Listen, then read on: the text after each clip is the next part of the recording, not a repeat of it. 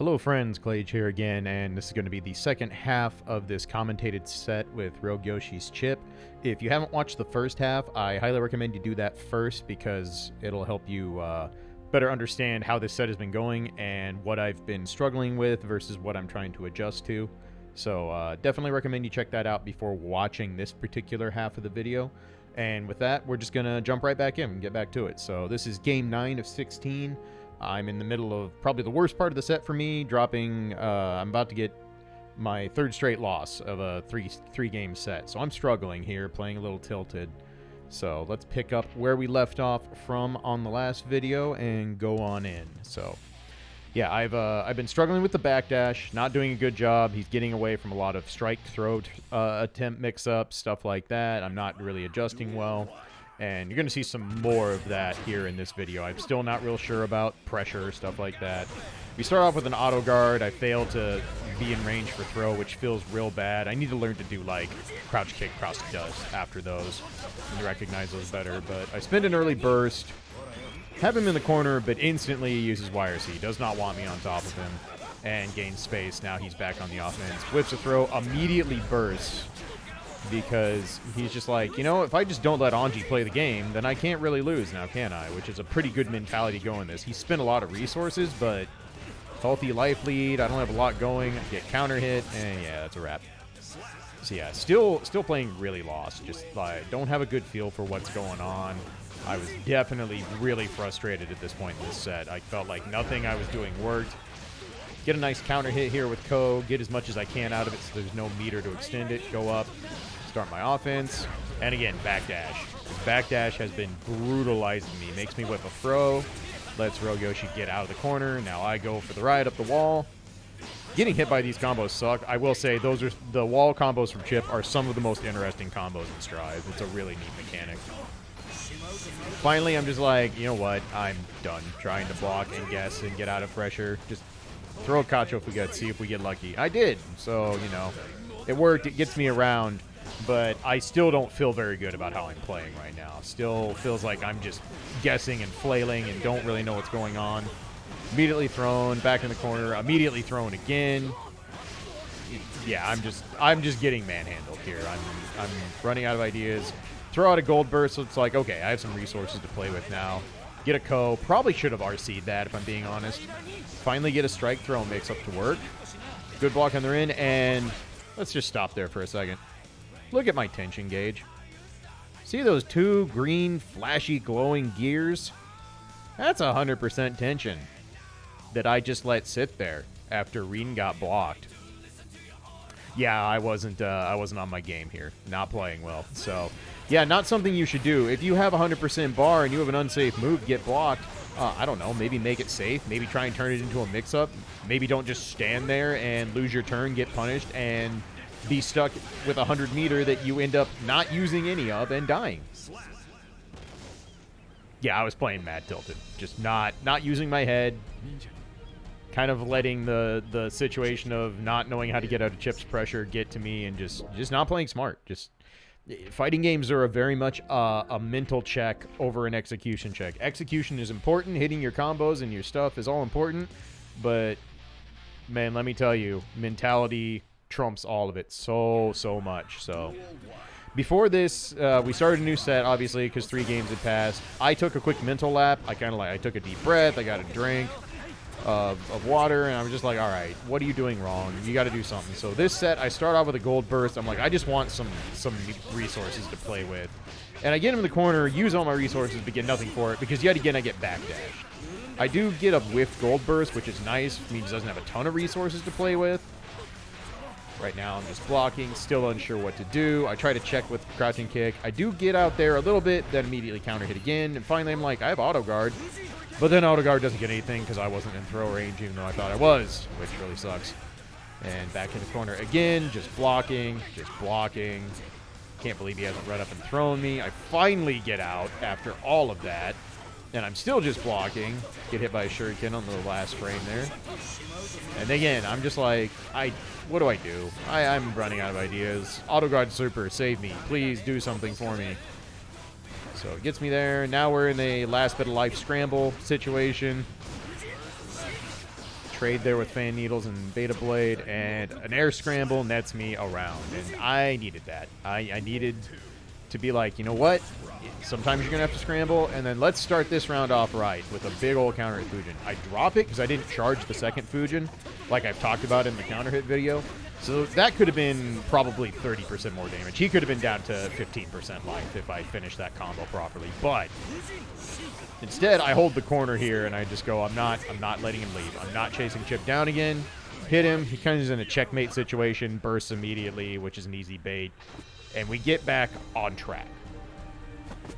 So that game for me was kind of a reminder. It's like, look, if you just get him pinned down and maintain pressure, use your resources right, you can keep Chipp in check. But you have to get that situation first. And so now, as the set goes on, I'm thinking, how do I recreate that? How do I get Chipp to the corner and then basically just not allow him to play the game for a long while, make a single mistake, and then blow him up for it? So here I'm starting to do a little better, but immediately I do autopilot. I hop, try to throw. It gets backdash. I gold burst just to not die for it. And we get an early auto guard. Guts hasn't kicked in, and it's a wall break, so that's a boatload of damage off auto guard super. Go up. Finally, frame traps. I remembered from many games ago. I remembered the frame trap that worked to beat backdash. Works out, gets me around, and now we're making a little adjustment. Now we're trying to do something different. Start this round with auto guard, get bopped by leaf throw for it. Now waiting, taking my time, trying to poke my way out with crouching kick. Trade there's a little unfortunate, but I'll take it. All right. I try to backdash, forgetting that Anji's backdash is, oh my god, so bad.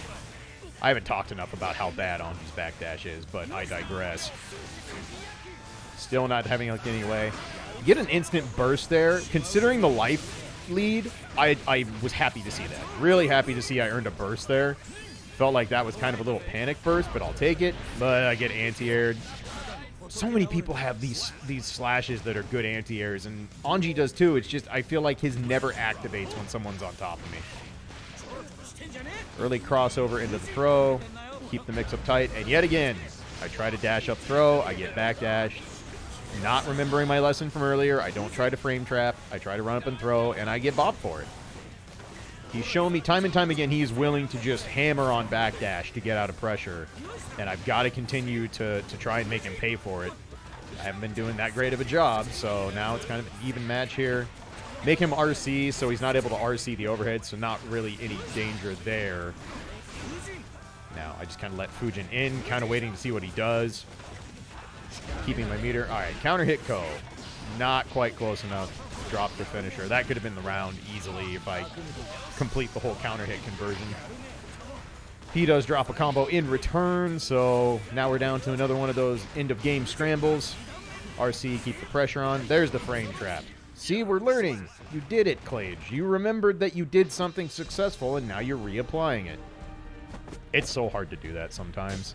You make an adjustment and it works and you're like, yeah, I should keep doing this, and then your hands betray you when you get in that same situation and you go back to autopilot habits, and then that is some of the most frustrating things that can ever happen in a set, where you're just like, hands, why we talked about this, we found the solution, can we please use the solution? But I did successfully do the close S in the close S. You know, it's not truly a frame trap. There's very big gap there, but it does catch that delayed backdash, which is exactly why I'm doing it. So it's working to effect. So now we've won a couple games in a row, feeling a little bit better about life. Let's try and keep this momentum going. I've been noticing that I've been getting some avenues to air dash in and do jump H, so I'm trying to utilize that more. That was a nice air throw by him. I tried to jump after a block Nagi Hawk since he's run in and thrown me a couple times. Counter hit Ko. Not able to get the full conversion. Reen hits. There's the classic burst bait.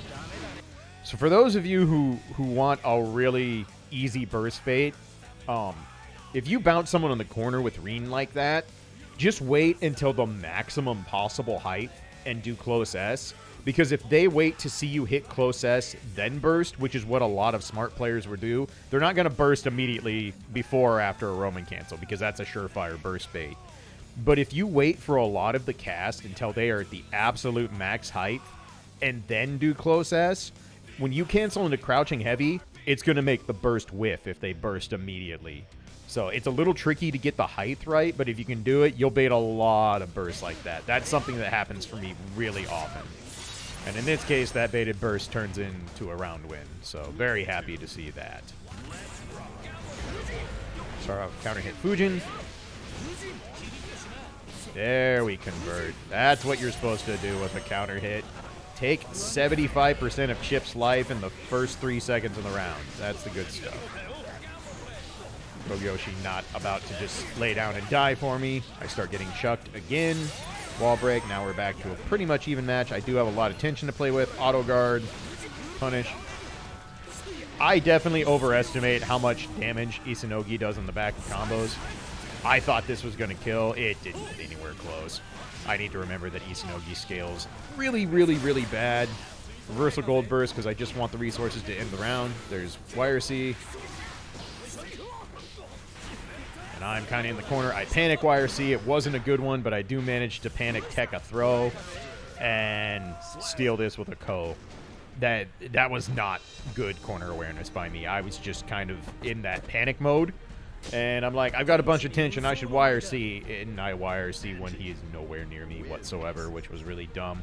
And then I just happened to tech a throw by panicking. So that's another one of those situations where my decision-making probably wasn't the best, and it worked out in the end. But that's one of those where you go back and look at your replay, and you got to acknowledge that wasn't great. The result, good. The method, not so good. And it's really important to catch yourself on those kind of things when you're analyzing your own matches and replays. It's really easy to be completely results-oriented thinking when watching fighting games and your replays. So make sure you're assessing your process and your decisions, not just what happens after those decisions. So we're back to this story. I'm in the corner, not really figuring out how to escape. With a charge Fujin, that feels bad. Going to get full punished for it and a wall break. So not a great start to this particular game, even though I've got 3 in a row under my belt. So that, still curious about that. Wondering how consistently Chipp can do that. But he just dashed through fan needles. I don't know if that's just something that's really hard to time, because I've never seen this happen before. But if that's a consistent answer, that really sucks for Anji. That's brutal. Because that means he can run up and punish the landing recovery. So like, Anji basically recovers almost instantly when he lands from fan needles, but he can't act in the air after he throws that. So that was really scary to see. I definitely had my jaw dropped a little bit. He does drop a combo. I take advantage, get the burst out of it. My auto guard fails, even though he swung, but he was out of range, so that feels bad, and that cost me a round. Truly a shame, but what you gonna do? I get cute, try to start off a round with Ko. There we go. Charge Fujin again. Get as much as I can. A little too far for the full carry. Probably should have considered going into crouch heavy into Ko instead of carrying with Fujin, but at that point I was just like, just get as much damage as I can. Catch him not blocking his feet with Nagiha. I was trying to do the jump dust wall bounce there. It didn't work. And again, I go for a strike throw setup. Get backdashed and feel bad. Now I have to burn my burst. Ko bails me out a little bit there. I was going for the same frame trap. I tried to do close S and close S. He poked me out of it that time. So now I have to put that in the memory banks that he is adjusting as well. So that, you know, now I've got to consider all my options. Do I want to keep trying this frame trap? Very lucky for me, he just happened to jump into Ko right as it activated there. And starting on with a counter hit, and another counter hit, and another counter hit. This is how you challenge things badly and fail. So I've taken no combos at all, but I'm down almost half life because I ate 3 counter hits in a row like a dingus. So feels bad. And now I'm stuck in the corner. I finally just tap crouching punch, trying to get out. Still in the corner. Still in the corner. Still in the corner. Finally! Sweep. Let me breathe. Let me out. All right. Counter hit Fujin. Yep. Smart burst. Wait until he saw Fujin. And going for his big combo. I have to burn my burst. Otherwise I was going to die. Now a scramble's in play. Chipp's definitely better at scrambling than Anji is, and I get chucked, and now down another game. So didn't feel as discouraged after this one. I just tried to challenge at the wrong times, and I got bopped for it. The difference in that game was me eating almost half my life in 3 counter hits. And that's not a good way to start off your round, so let's see if I can continue to adjust here. There was a lot of scrambles in that. I still was trying to do strike-throw mix-ups, which have been proven to be mostly ineffective throughout this entire set. And that's one of those things where it's like, my hands need to listen to my brain. We know those things aren't working. I need to stop doing them. So there, I finally tap Gamma Blade with Crouching Punch, and I take note of that. I'm like, okay, maybe I found the timing to challenge this once in a while. Air dash back over, trying to look for a cross-up. Get tagged. Crossed over on jumping, crouching kick, or jumping 2K. That move is really obnoxious. Now another trip to the wall for me. Ow, my life bar. Bad habit I have, using Charge Fujin after wall break. I do that way too much. YRC. And I do this. It didn't work the first time in this set. This time it does happen to work out. Just like, you know what? I'm just going to auto guard and hope I'm right. And I catch him hitting buttons on his wake up after the wall break. So I get this round. Whether or not that auto guard is a good decision is up for debate. He threw me earlier, but still, a lot of players tend to go up and do a fast normal after a YRC. This was almost a really good conversion, but I was too far for it. But then we get a counter hit sweep. I'll take that conversion, and we have enough for super, get the hard knockdown, so I will happily take this sequence in the corner, and now we're in really good shape to take this game. So run up, delay into stand heavy for attempting to catch backdash again, nothing doing this time. Ko gets me out of Alpha Blade, which is something I need to remember for Chips who like to try and do that meaty. I don't think that's a good thing to do meaty, but at least I know it's there. I'm sitting on full tension again. Why are you doing that, Klaige? You have a whole lot of bar and you're just sitting there. Now you're down to a very small amount of life. Don't sit on tension for that long. It's really bad. And now he has full tension. There, I finally auto guard. Look what he got me. Now I'm forced to burst after all these mistakes. YRC. This time, we both do the standoff. Last time I auto guard supered, and he swung into it. This time I actively told myself, probably don't do auto guard super again. You're just going to get thrown. And he just chose to sit and wait, see what I did. So we just kind of had a moment of silence there, and luckily I had enough time to take advantage, and finally a strike throw works. I finally get him to not push backdash. End of a round, end of a game. Get it on the board, I'll take it. Again, one of those things where it's like, was it good to go back to that particular strike throw setup? Debatable, very debatable. But at the end of a round, you kind of throw out some of the layers of thinking and some of the layers of what's happened throughout a set, because people freeze up at the end of rounds. That's just natural play and natural instinct for players to do. So I kind of had an inkling. I'm like, I think I can throw him here, and it happened to work. Again, debatable if it's the correct decision or not. Again, starting off with these counter hits feels bad. 2 of them in a row. I just burst. Get my own forward punch. I don't know why I tried to combo after that. I know you can't combo after that Fujin. I don't know why you can't, but you cannot get anything after forward punch in the Fujin. It will not let you juggle. I'm not sure why that is. Auto guard nets me a throw. So that PRC was not a burst bait. I'm be 100% real with you all. That PRC was, I tried Rin and it didn't do anything, so I'm like, well, I better Roman cancel this because I don't want to get punished. And it just so happened RogueYoshi chose the burst.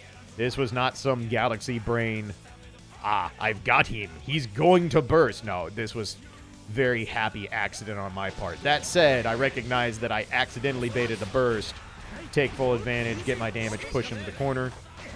So dashing through fan needles worked. BRC through didn't, and then I go into the 2H OTG Oki and get myself around. So I'll take it. Sometimes you get hooked up for a happy accident. I tried to keep myself safe. I did inadvertently baited a burst. And now I immediately go back to whiffing throws and immediately go back to not punishing with beta blades. even though I'm winning now, even though I'm having much more success than I did in the first half of this set, as you can see, still a ton of room for improvement. I still have a lot of mistakes I'm making, still, you know, leaving up plenty of holes in the game that can be exploited. And this is the stuff that I want to clean up. This is the stuff that I need to improve on. Once again, getting to jump into a Ko, which works very well for me. Fan needle pressure works out. Catch him. And this is more than enough on Chipp because his risk was pretty cranked. And we get another game.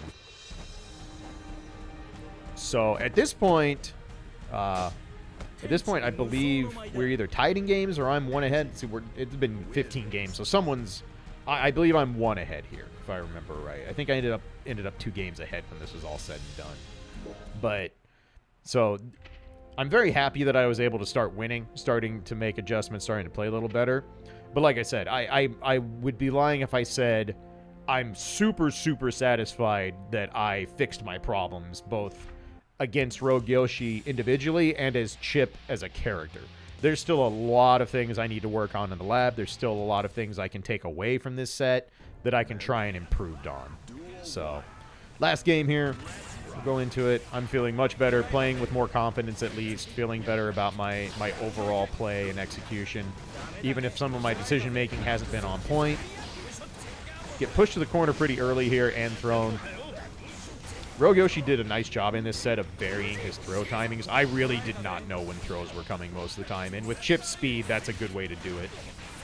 Really nice confirm. Doesn't get the wall break, though, but it doesn't matter because I get hit anyway. So not a very graceful start to this round of the final game of this long set. Yep, RC to apply pressure. I do jump out of leaf grab. I was pretty happy about that. Jumping 2K is just a menace of a move, dude. I don't know why they let that track. So yeah, nothing doing there. Just a lot of scrambling. Never really got anything going. Counter hit Fujin. Okay, burst. That's fine. Big counter hit Fujin. And somehow I dropped my input. Like, that should have been a mostly dead Chipp. That's a big drop. And I should not drop those combos. That's not a hard thing to convert, and that's a big drop. Now I have to use meter to stay in. Delaying my slashes, hoping to catch and pushing buttons. Stand jab for the risk counter hit.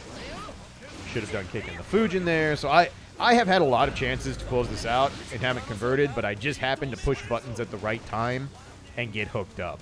I just kind of committed to, I'm going to put moves out and see if he'll run his face into them. And thankfully it worked out, but I had ample chances to finish that thing and didn't. So now, kind of staying on him, playing a lot tighter. There we go. Stuffing Gamma Blade. Stuffing Gamma Blade. It took me 16 games, but we're finally doing it. We're finally not just taking Gamma Blade pressure for no reason.